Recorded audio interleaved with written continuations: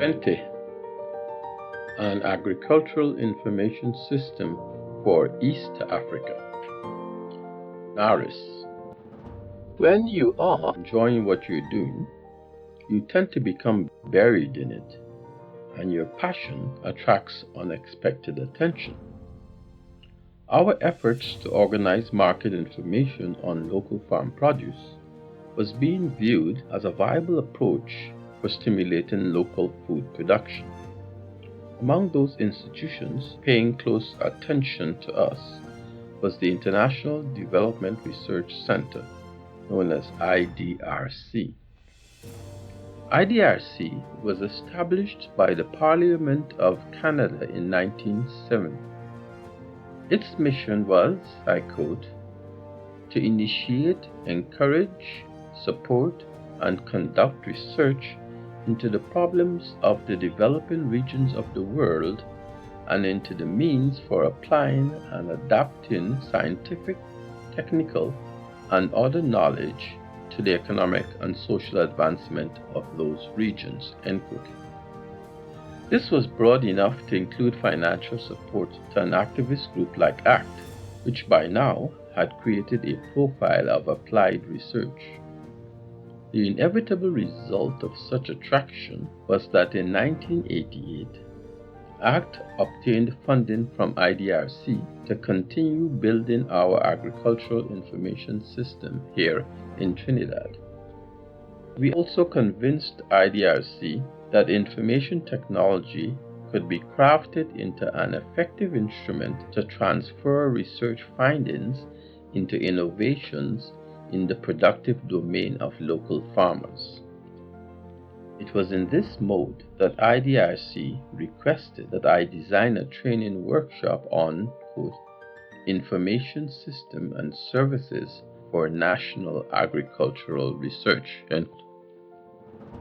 Today, we associate the information revolution with the sophisticated use of computer technology.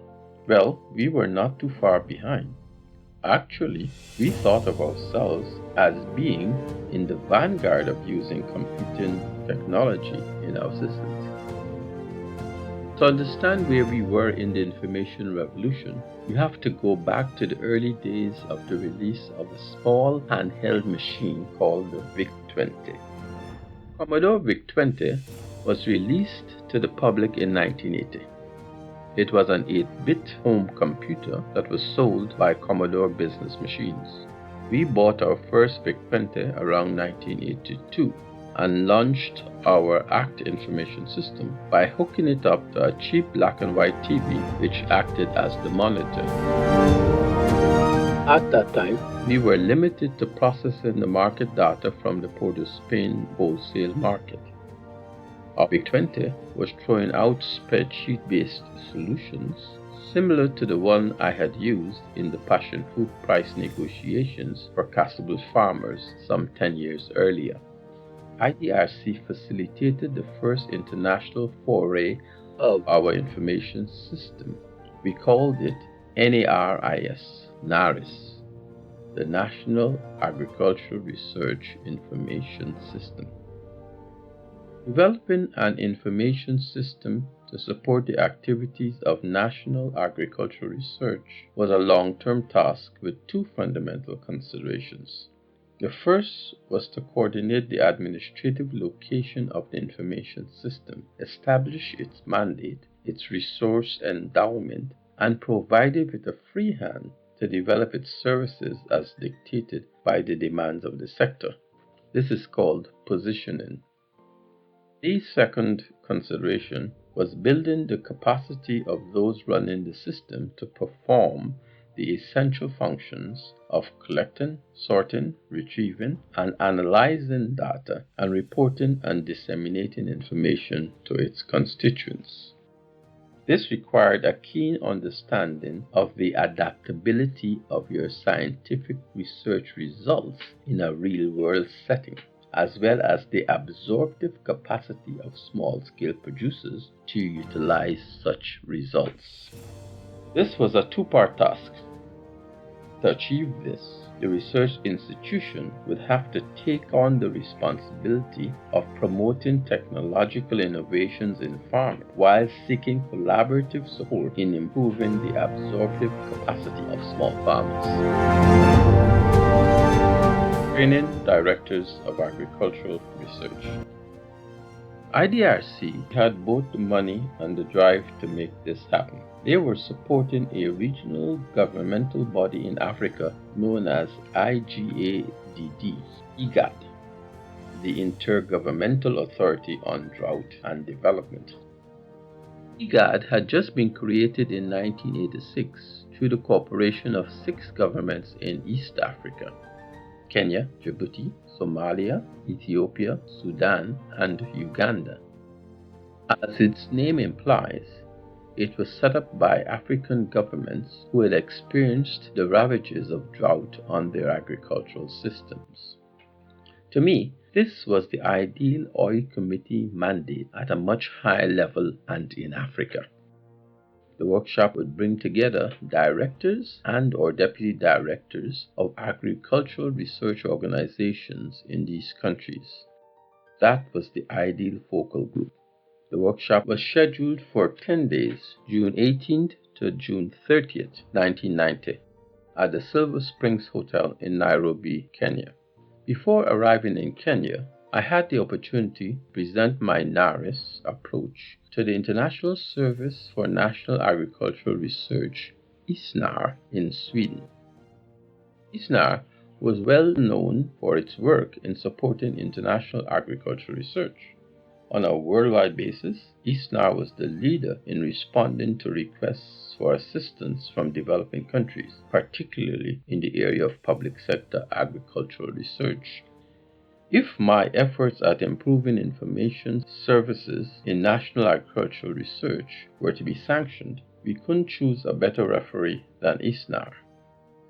My presentation was well received by the director and staff of ISNAR in The Hague, and we maintained an exchange of ideas for some time afterwards. Conducting a training session in information system management with 12 directors of agricultural research was a daunting task. You had to have new material present at each session. After all, their entire experiences were in agricultural research. Mine was only in information system analysis. Their questions and responses sent out one single message: tell us something we don't already know. As in most of these events, a post-evaluation of its effects is usually done by the sponsor as a testimony to the value of their expenditures. For me, the credit to my performance was captured in 2 follow-up results. The first was an invitation for me to attend a meeting of the Executive Council of IGAD to explain the potential of building proactive information systems into agricultural research. That invite took me to the headquarters in Djibouti, a country of which I was totally unaware. The second was an invitation within 2 years to visit Addis Ababa as guest of the Directorate of the Ethiopian Institute of Agricultural Research. Visiting revolutionary Ethiopia. As with most private country visits in my life, this one was not without its own brand of drama. It was amazing to me how citizens in countries afflicted by civil strife can re-establish a semblance of ordinary time in their lives, at least to outsiders. My workshop was in June 1990, and within less than a year, May 1991, the government of Mengistu Haile Mariam had been overthrown. The new government was a coalition of ethnic armies which had been largely formed to fight against the Mengistu government.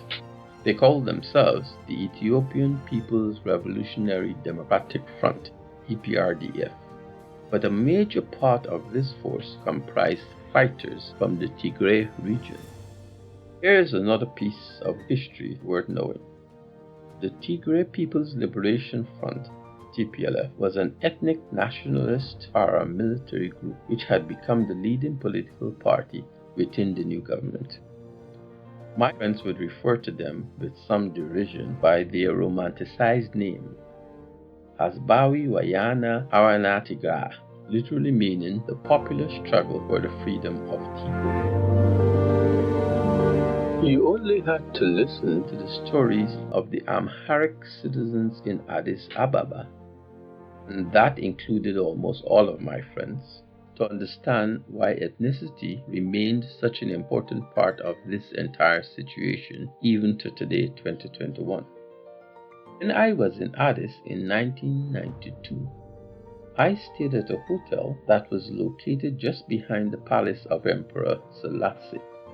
Staff of the hotel had tales to tell me of how these Tigrayans, when they arrived into Addis, took over the emperor's palace and assumed that the hotel was part of the palace compound. The entire staff was collected and marched onto the open grounds until one of the cooks, who spoke the Tigrayan language, was able to explain to the leaders that this was a hotel where visitors paid to stay.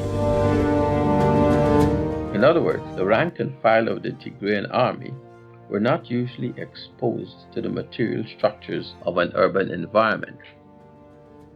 You have to keep this minor fact in mind to fully appreciate the dilemma of my encounter with the TPLF army. I was in Addis, visiting the research center there. I was invited by two young scientists who had participated in my workshop in Kenya to spend an afternoon in Debrecen. They had some connection with the Debrecen Agricultural Research Center, which later became known as Hamaya University. I had expressed an interest in seeing our NARES established in the Debrecen Agricultural Research Center because of the latter's mandate. This center did research in improving crops such as teff, durum, wheat, chickpea, lentil, forage crops, vegetables, shallot and garlic, fruits, grapevine, poultry, dairy, small ruminants, animal nutrition, land, and water. These were the kind of crops that could easily benefit from a structured conveyance of research knowledge to the peasant growers. It never really happened because I was operating at the regional level with IGAD, and this was more an issue for national determination. Even after attending this governance session in Djibouti, we could not bring this about. However, the outing to the lake turned out to be really a picnic with some friends. The lake at Debrecen was about 47 kilometers from Addis. That is a good 1.5-hour drive given the traffic conditions for getting out of Addis. We had no noticeable problems leaving for Debrecen.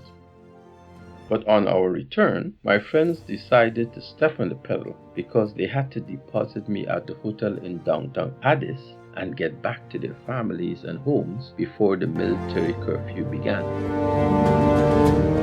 Mistaken for a prisoner of war. In those days, Ethiopians were not in the practice of using seatbelts. But because of the speed at which these guys were driving, I thought it best to put mine on. We approached the military checkpoint at the entrance to the city and were stopped as usual while the young army officers searched the car. I remember this young female officer searching the space in front of me, and as she leaned over, the grenades on her waist belt kept knocking against my knees. Nothing to be alarmed about. Suddenly, a big argument erupted between my friends and the army officers. This went on loud and aggressively for about 5 minutes, and then it suddenly ended with both sides bursting out in laughter, and we were being waved on. As soon as we had gotten a good distance away, I asked my friend who was driving, "What was that about?" "Oh, they were insisting that we turn you over to them." "What?" "Yes, they kept insisting that army regulations was that any prisoners being transported into the city must be surrendered to the first army outpost of the city." The senior officer had come to the car and repeated the regulations. "But why do you think he is our prisoner?" my friend asked. "Well, you have him tied up here in the front seat." After an explanation of what seat belts were in a car, the Army was convinced and let us go. At that point, it was a clear choice for me: either take off the seat belts and risk being injured in a car crash, or risk being given over and possibly shot by these crazy illiterate Tigrayans. I took my chances with not using the seat belt for the rest of the trip.